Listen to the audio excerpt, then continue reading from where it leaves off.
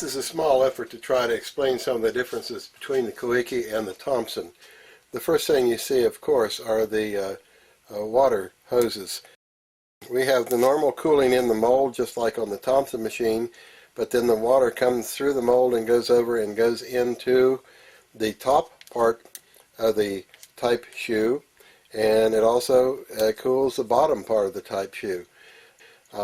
It also can be deflected into here, and that actually cools the nozzle plate.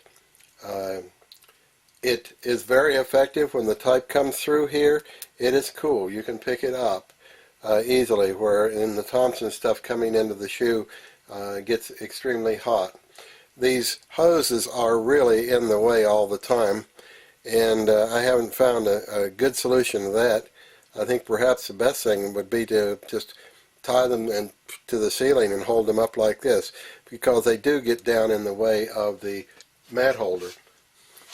Okay, dealing with a mat holder, of course, here's the mat holder itself, but the one significant difference between this and the Thompson is right here. Okay, the big difference is the way the mat holder, these two rails that hold the mat holder are all on a component that's held right here, and this big bolt right here can be loosened, and there's a micrometric adjustment over here on the side, which I'll right there, and you can move the whole mat holder right and left, the whole system, in other words both rails, and that's very convenient when you're dealing with fixed width mats like the linotype mats.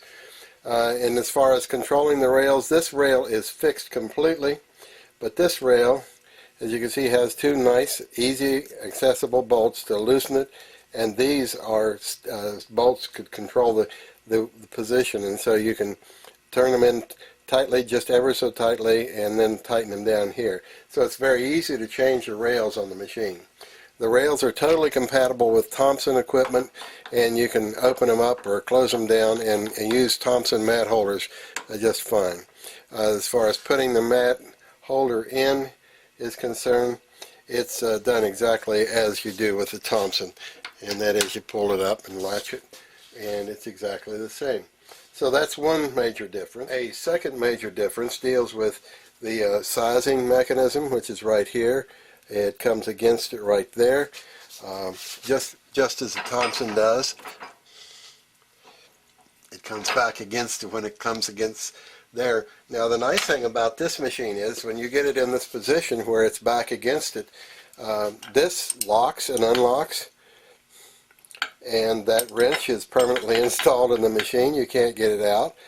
And when you loosen it, then you take your pin wrench, goes into the holes here, and it is calibrated in points and half points, and it has steps in between. It's very hard because of lighting to get down in there, but let's say I'm going to change the width and make it wider. It's just a matter of turning like that,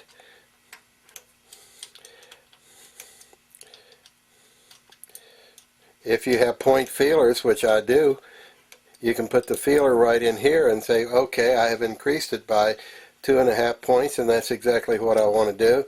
And then you just loosen these two knobs and tighten it up.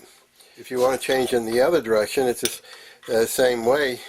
You literally loosen it, and I would be in this stage of the game, I would be making the type smaller in width.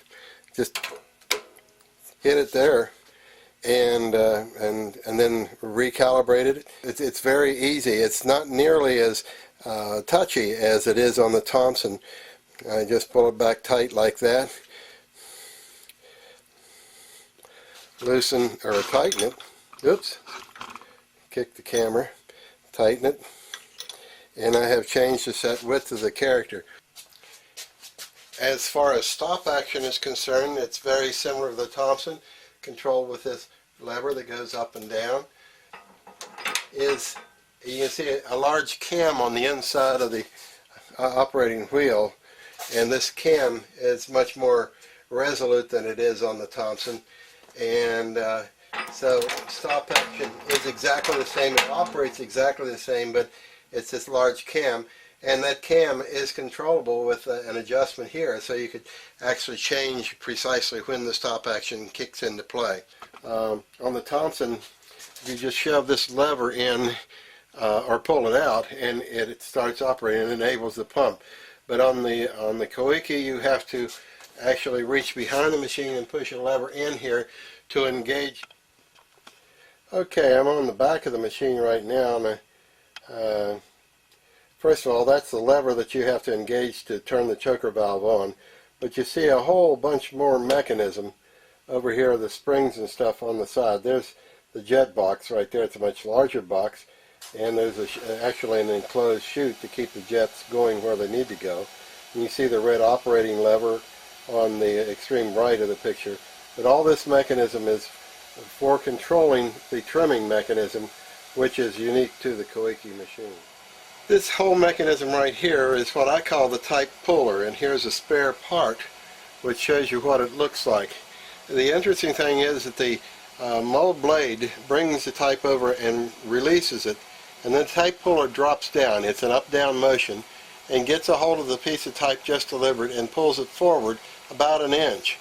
And then it raises up and then does the same thing on the next cast, and during that position, that's when trimming is done, and then the second half of the type puller gets the type and it pulls it on under the shoe for all the top and bottom trimming. We'll see that very well during the action of the machine. Rapid fire looking at the top of the machine, the first thing I want to point out is this thing right here, which is controlled by the pump, and it's a jet breaker. And you just heard me break a jet. It's spring loaded and it comes back up, but the pump mechanism engages it right here, and that breaks the jet off. What else can you see? You can see this screw right here.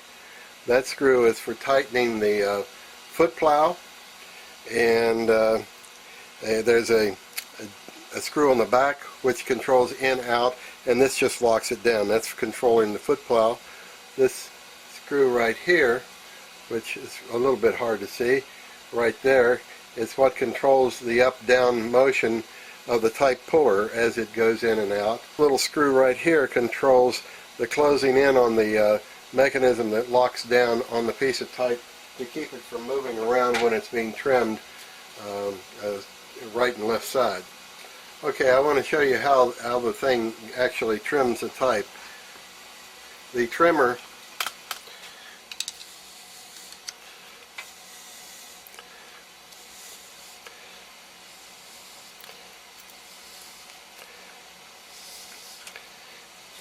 I have removed the trimmer again to enable you to see this mechanism right here, which is what closes down on the piece of type and locks it in place. And you see right there as it moves in. It's spring loaded, and the spring is just a tiny little thing about half the size of a paper clip that controls it. And this screw right here determines how far it closes down on the piece of type. If it doesn't close down on the piece of type, then the type would actually move around and the trimming would be inaccurate. The trimmer mechanism is all in front of this, but as I cycle the machine, you'll see that piece open and close.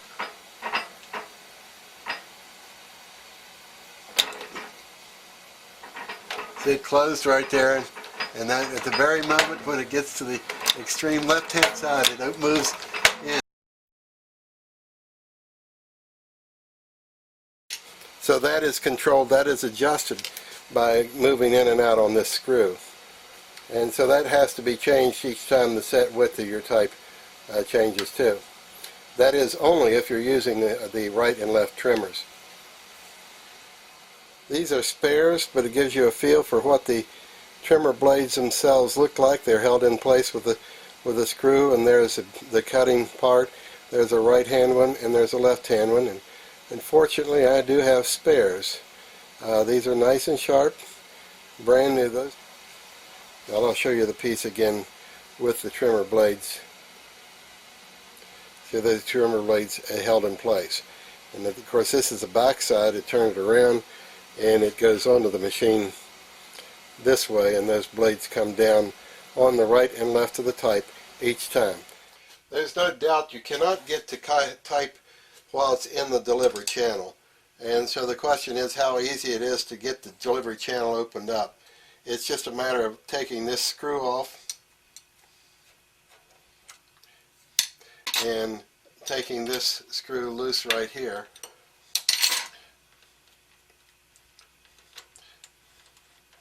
I've got the screw loose, taking it off now, and now I can remove the whole mechanism pretty easily. Okay, now it came loose, and it's just a matter of pulling it all forward, and I've got the thing completely off. Okay. And I think you can see the channel right here. There's a few pieces of type that have just been cast right there. This is a foot plow right here, which is being held down with the screw here, and there's an adjustment on the back controls the in out. So there's a foot plow, you can get to it. There's pieces of type in the channel. This is the type pusher, type puller that I call it, and there's a mechanism for closing down on the piece of type when it stays back there out of the way, and then at the very last moment it runs into that screw which cams it in. And here's a little spring, tiny little spring in there that holds the thing in place. And in it, you can adjust that in and out. So there's what that thing looks like. And of course, this is the top part of the type shoe, and it's water cooled. That's why it has these hoses to it. You might be wondering about the type strippers. There they are. There are actually two of them in this machine, where there's only one on the Thompson. Well, this is a two-pronged spring that sticks up with both fingers, and it's controlled right there. It can actually be adjusted a little bit from a screw on the back side, but you really have to take the whole mechanism out to adjust it. Once you get it in the right place, you never mess with it. This part of it is spring-loaded. Doesn't seem like a very strong spring, but I guess that brings just a little bit of pressure on the piece of type right as it's being trimmed. And there's also a little button right here, which is spring-loaded, and I haven't quite figured out what it's for either, but it bounces up and down. And this is a mechanism that goes up and down that brings the trimmer knives down. You can't see them here. And here's the jet channel, or the trimmings drop down through there. And so there's a tripper spring and the spring-loaded base to hold the things in place. This is a jet breaker, and looking down at it, I'm just pushing down. You can't see my hand, but that's a jet breaker. Okay, I'm going to reassemble it. And it's a matter of putting this. I'm having trouble getting to it primarily because I'm trying to stay out of the way of the camera, but it's a lot easier to do than it appears right now. Screw through here, washer, nut, and put the screw and nut on the back. I would be almost tempted not to even put this screw and nut on there. Seems like it would be almost impossible for the machine to come apart right there. But what the heck, it's there, so I did it. Okay, the only other thing I need to do now is set the precise height of this thing. This is really a nice position. The spring mechanism that brings it up is in place, so it sort of holds it up. And it's just a matter of taking a piece of type to the point size that you're working with. Drop it in there, bring it down against it, making sure that you've not got the type hitting the nick channel, because the nick channel would hold it out of place. And then tighten down with this, and it's reestablished. Of course, I'll get my feeler piece of type out of there, and the mechanism is back together. Just cycle the machine, and I think you'll get a better feel for what goes on.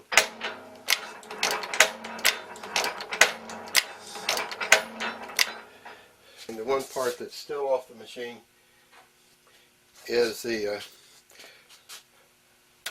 right and left blades. It just drops right in there, pulls it back against the screw, and all positioning is established by doing that.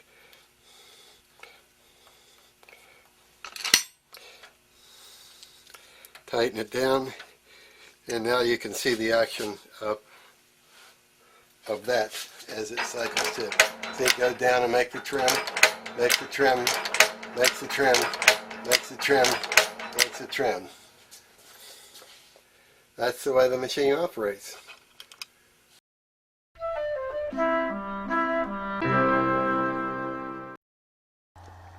I'm attempting to reproduce this newspaper published in 1829, and I need a cutoff rule. In my Kelsey collection I found this ancient foundry matrix, and that's a mat I intend to cast right now. Previously I was quite restricted as to what I could do with foundry mats, but with the acquisition of a brand new casting machine in 2008, I got this matrix holder made in Japan, and it's a matrix holder designed specifically for foundry matrices. And so with it, I'm able to now hold this foundry mat, put it right in there, lock it up against the side, and then crank it up. So I now have the means of holding these obsolete antique mats, and so maybe I'll be able to cast myself some cutoff rules. I'm going to go to the Koike caster and see what I can do right now. There's a matrix holder area, so I will go over here, and here's the matrix holder. Get some cooling tubes out of the way, drop it in, latch it, and I'm ready to start trying to cast this type. I've already set it up for mold and set width and all that kind of stuff.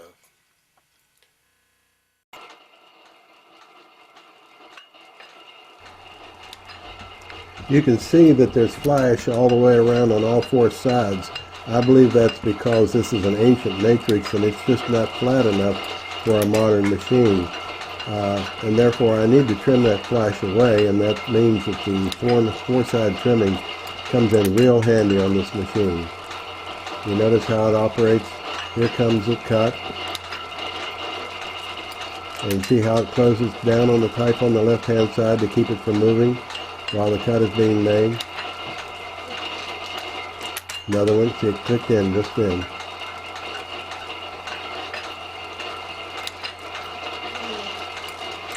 And you can see the flashing being trimmed off on the left-hand side of the vertical pole where the trimming is coming up and down. It's moaning. That means I need to get it. And so at the extreme left-hand side you see perfectly clean type, where the type on the right-hand side has got flashing all the way around. I do not get flashing like this, by the way, when I'm casting flat Lanston matrices.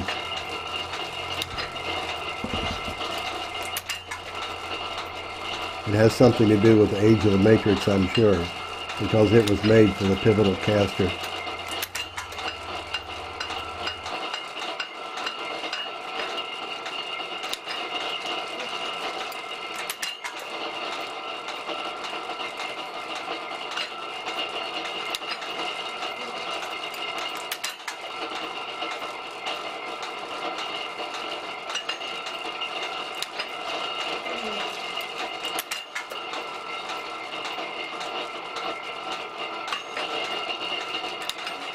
Result of the work that I've just been doing on the Koike.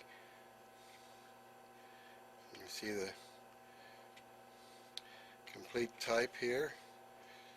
See if I can turn it over and see the...